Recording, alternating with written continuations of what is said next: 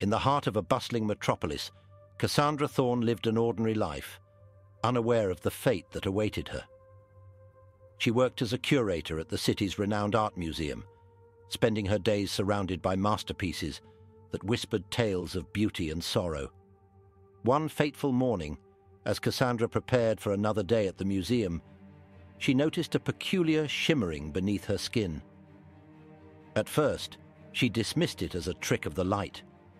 But as the days passed, the shimmering intensified, spreading like a network of iridescent veins across her body. Alarmed by the strange phenomenon, Cassandra sought medical help, only to be met with confusion and disbelief from the doctors.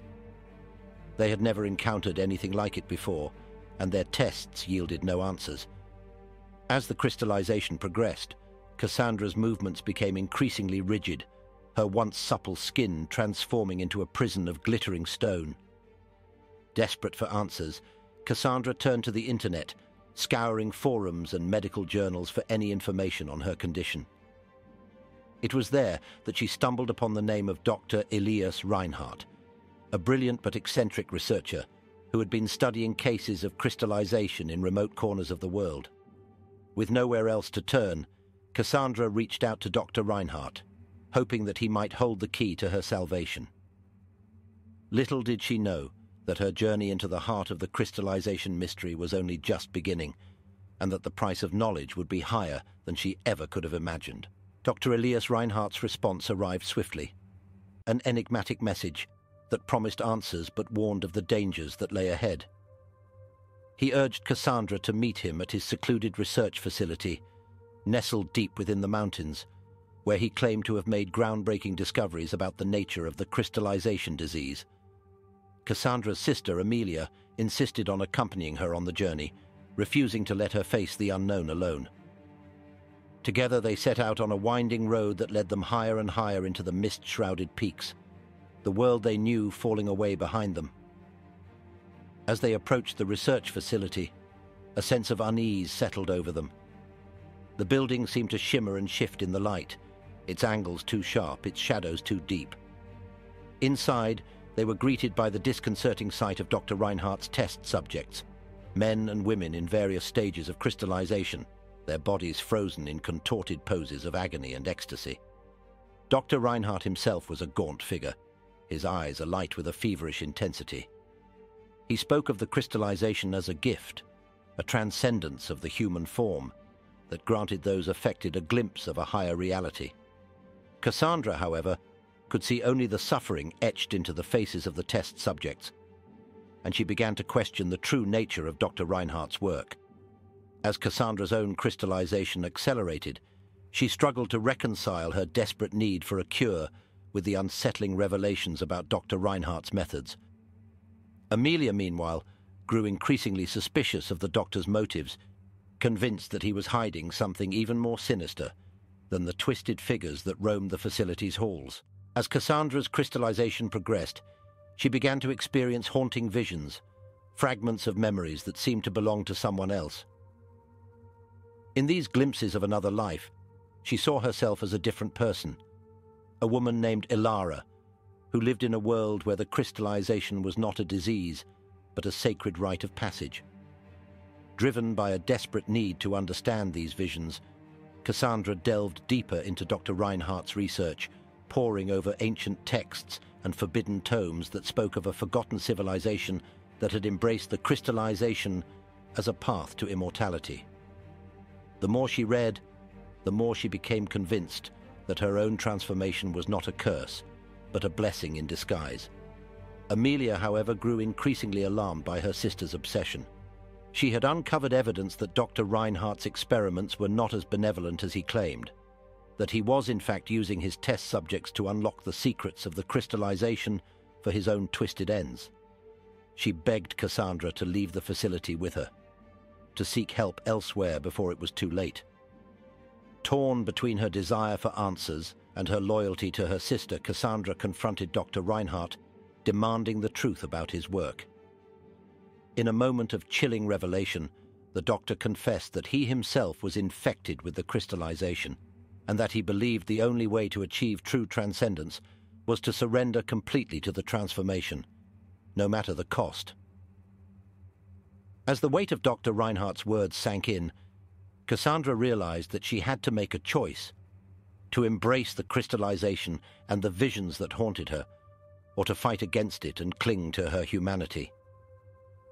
With Amelia by her side, she knew that she could face whatever lay ahead. But the path before her was shrouded in uncertainty and doubt. In the end, Cassandra chose to embrace the crystallization, driven by the belief that the visions held the key to unlocking a higher truth. She bid a tearful farewell to Amelia, promising that they would be reunited once she had completed her transformation and achieved the transcendence that Dr. Reinhardt had spoken of.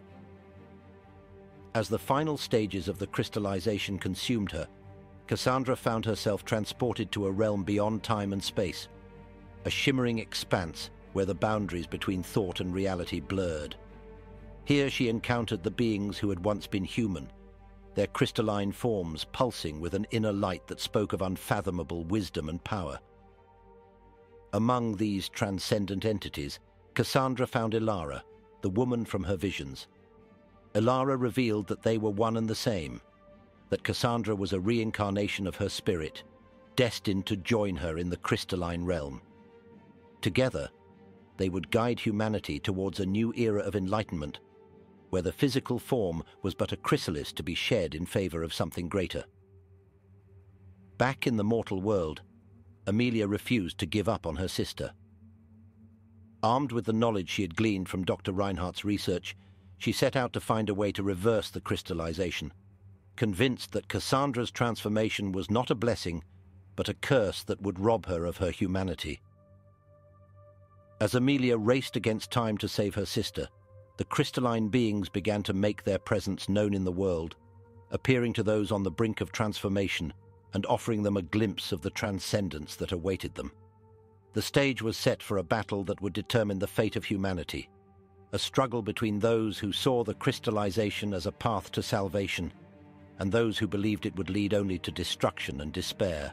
In the crystalline realm, Cassandra and Elara worked tirelessly to guide the newly transformed, helping them to navigate the strange and wondrous landscape of their new existence.